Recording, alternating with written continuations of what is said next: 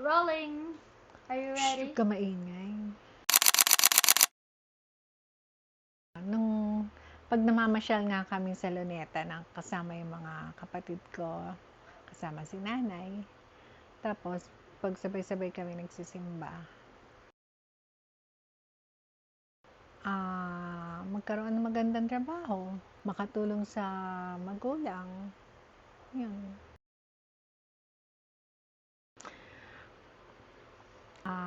Naranasan kong mapaghigpitan ni tatay. Elementary pa lang ako, masyado na siya mahigpit. Ma-late ka lang ng konting oras sa pag-uwi, sabihin nanood na raw ng sine. Eh, bata-bata ko pa, hindi ko pa alam yun. Pag may kausap na lalaki, nagagalit, siloso si tatay. Ganun. Pero, mapagmahal naman din siyang tatay. Kaya lang, sobra lang. Aside from my parents, sino yung papa mo? Siya yung siya yung kumbaga nagpapalakas ng loob ko. Siya yung talagang lagi kong sinusunod. Tsaka kasi gusto ko happy family. Ayoko nang nag-aaway. Kaya kung anong gusto niya, sinusunod ko para happy. Nag-guess ba ako ni? Siguro handa na ako nun na magkaroon ng sariling family. Kaya nag-guess na rin ako. Tulad ng sinabi ko kanina, paano ko kay papa mo, yung mga gusto niya, pag tama naman, sinusunod ko. Pero pag yung against sa akin at ano naman niya, ako naman ang sinusunod niya. At saka, simula na nag-ano rin kami sa Couples for Christ. Kumbaga, meron kaming direksyon. Naging center si God sa buhay namin. Kaya nagtagal kami ng ganun. Ayun, para magtagal ang relasyon niyo, magkaroon kayo ng communication. Kahit sa maghapon, halimbawa hindi kayo magkasama, pagdating niya, tanungin mo, kumustahin mo man lang, ano nangyari sa maghapon niyo, bago matulog, magkukwentuhan kayo, kung may samaan ng loob, huwag ipagpabukas, kailangan usap kayo para hindi na tumagal yung alitan niyo. Kailangan understanding, tiwala. Tiwala sa isa't isa. Kasi kung wala kang tiwala, andiyan na yung selos, andiyan na yung lagi kayong mag-aaway. Pero kung meron kayong trust sa isa't isa, magiging maganda ang pagsasama niyo. Yun. Siyempre, nung lumabas kayo sa akin, makita ko kayo, uy, totoo na pala na nanay na ako.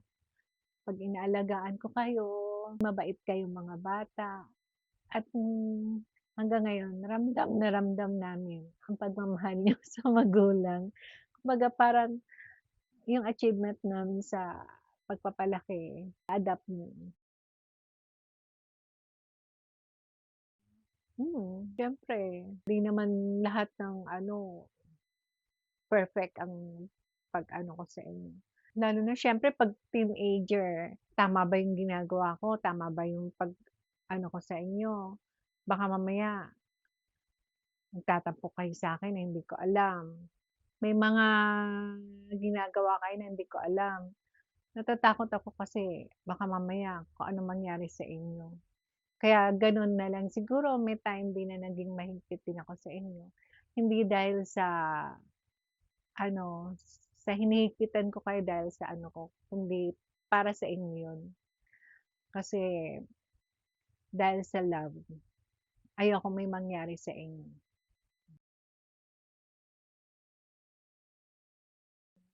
Hmm,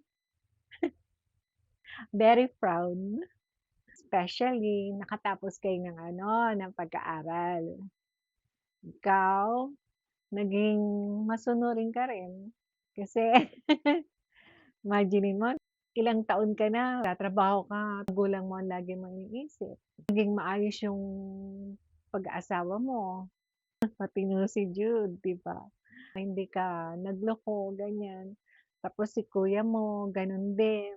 Nakatapos din siya ng pag-aaral. Tapos ngayon, nasa maganda rin siyang trabaho. Ayun din, tahimik pero wag ka ano din sa magulang. Iniisip niya lagi din ang kapakanan ng magulang niya. Tapos si Grace, mabait din. Nagpapasalamat ako kasi naging maayos na yung ano niya, yung life niya ngayon with Grace and Tiana. Masayang-masaya kami. Tapos, meron pa akong Gab na gwapo at mabait na bata. Lumaki rin siya na napakabait din. Kaya, I'm happy bilang mama at saka lola. Sana maalala niyo ko yung kahit na ano, kahit na mahirap lang tayo, sana naging masaya din kayo sa akin sa pag-aano ko sa'yo, pag-aaruga ko sa inyo.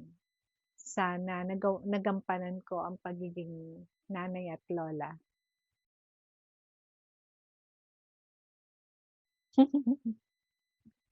Masaya. Masaya maging lola at unang-una nung lumabas si Gab, talagang parang nagkaroon ng buhay ang ano natin, ng family natin, naging masaya kasi meron akong inaalagaan na apo. Sabi nga nila, parang tubo, mas mahal mo pa raw yung ano, yung apo mo kaysa sa mga anak mo. Pero ayun nga, talagang tuwang-tuwa ako na magkaroon ako ng Gab at Shana, lalo na isang babae at isang lalaki. Si Shana din, super lambing din. O, baby pa lang, malambing na siya. Silang mga apo ko ang nagpapasaya sa amin ni Papa ngayon. Lalo na't dalawa na lang kami ni Papa magkasama. Yun. Siguro yung pagiging magalang. Matanda man o bata, kailangan maging respeto ka. Magaling makisama. Tapos, ayun, pagiging madasalin. Huwag kalilimutan si God. Kailangan lahat ng ano, kasama mo si God sa buhay niyo. Kita niyo naman sa amin ni Papa eh. Love, huwag na huwag mawawala sa inyo yung pagmamahalan sa bawat isa. Lalo na alagaan niyo rin yung mga anak niyo. Kung ano yung nakita niyo sa amin ni Papa niyo. Sana maalala niyo. At maituro niyo rin sa magiging anak niyo rin. Eh, kasi lahat favorite ko eh. Pag-aalaga, pagligo, ay, nakakatuwa. Nililiguan ko, lalangoy-langoy, ganyan si Gab. Sa Batsyana, ano, talagang gustong-gusto niya, naliligo siya sa ano, sa bathtub. Bathtub na maliit. Tapos, si Shana naman, ganun din. Mahilig din siya maglaro ng turtle niya, pag pinaliliguan ko, ganyan. Tapos, yung pagiging malambing. Si Gab, naranasan ko rin maging malambing sa akin. Yung halik na halik, mamu ng mamu. Si Shana, siyempre baby pa siya, nakita ko na rin sa kanyang maglambing sa akin.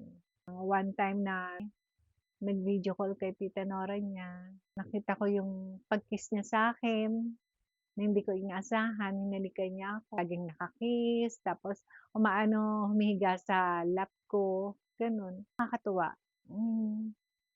Pagiging ano ko, pagiging lola. At sana, nihintay ko pa yung isang apo ko na dumating na soon. Meron ka na. Mamili ka na Ngayon, lang. bigyan mo na ako ng apo. Bang regrets ko ni sa childhood, wala naman regrets. Sa parents ko, siguro yung ano, yung mas lalo ko pang naipakita yung pagmamahal sa kanila, lalo na yung kay nanay.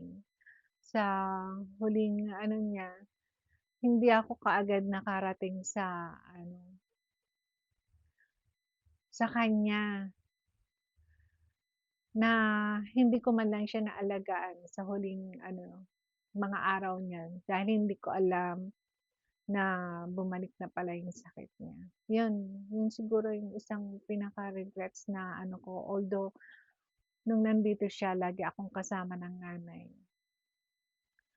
Kay tatay naman, napakita ko naman din sa kanya yung pagmamahal ko sa kanya nung huling mga ano niya dahil 'pag sinabi na ano, uuwi ako, nandun agad ako sa kanila para alagaan siya. Pero hindi hindi lang talaga full kasi ang family ko nandito. Kaya parang kahit papaano naparamdam ko rin yung pagmamahal kay tatay. Ayun lang, yung regrets ko lang talaga yung kay nanay. Hindi hindi ko talaga siya napuntahan agad for some reasons. Hmm. Basta yung ang binabalik-balikan ko lang lagi yung kay nanay, yun. Yun lang yung lagi kong inaanuhan.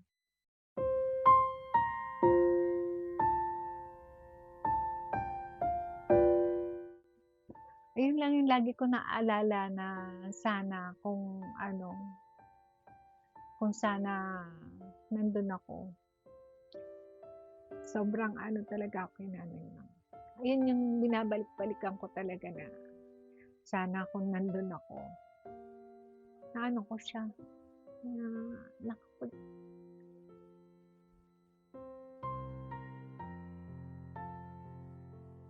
kasi naawa ko sa kanya. Natawag niya ako palagi, hindi man lang sinabi ng mga kasama niya doon kasi malayo siya sa akin. Very close ako kay nanay. Ayun lang, nabalik-balikan ko lahat. Humingi ako ng tawad sa kanya kahit hanggang ngayon. Sana kung nalaman ko kaagad, nakauwi ako sa kanya para samahan siya. Hindi man lang niya sinabi na bumalik na pala yung sakit ng nanay. Ayun, minsan sinisisi ko rin sila. Pero napatawad ko na rin naman.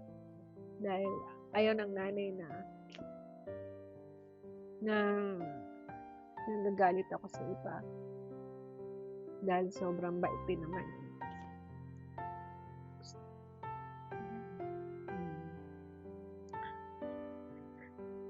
Naiyak na naman ako. Ayun siguro, yun pa rin. Gusto ko magkasama kami ni nanay. Pati yung sa kapatid ko, si Juanito, kung maibabalik ko lang. At saka ano, kung meron din akong pagkukulang sa papa mo,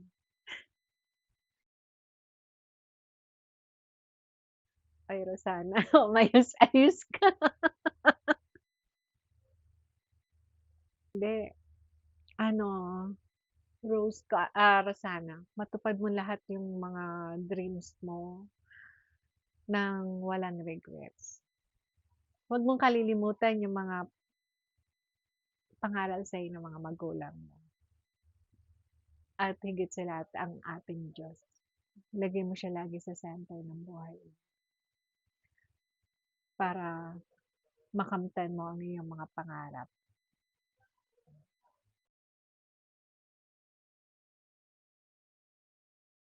Grateful ako kasi kahit dalawa lang yung anak ko, parang napakarami na nila. Grateful ako kasi parang parang napalaki namin sila ni Papa na maayos. Naging mabuti silang mga anak sa magulang. 'Yan, sa totoo lang talaga masayang-masaya ako, lalo na si papa niyo.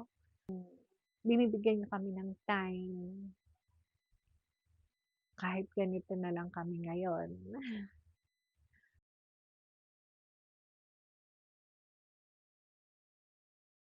Pagmamahal ko sa inyo, kung gaano ko kayo kung gaano ko kayo minahal, 'di ba, yung pag-aalaga ko sa inyo. Kahit na pagod na ako, i nagiging masaya ako lagi kapag kasama ko kayo. Tatandaan niyo 'yan. Gab, sana matupad mo lahat ng pangarap mo. Alam ko mataas din yung pangarap mo. Sana maano mo 'yun, makamit mo 'yun. Huwag kang makikipagbarkada sa hindi magandang bata para matupad mo yung mga pangarap mo. Mag-aral mabuti. Sana, baby ka pa pero nakikita ko na gusto mo maging gymnast. Mag-aral ka rin mabuti 'pag paglaki mo. Maalala mo sana lagi si dada at si mamu 'pag wala na kami. Kayo ni Kuya Gab, magmahalan kayong dalawa. Huwag niyong kalilimutan kami sa buhay niyo. Mahal na mahal namin kayo, Kuya Gab. At ni dada, ni tita, ni papa mo, ni mama niyo. I love you, I love you, I love you so much. Bye! Love you.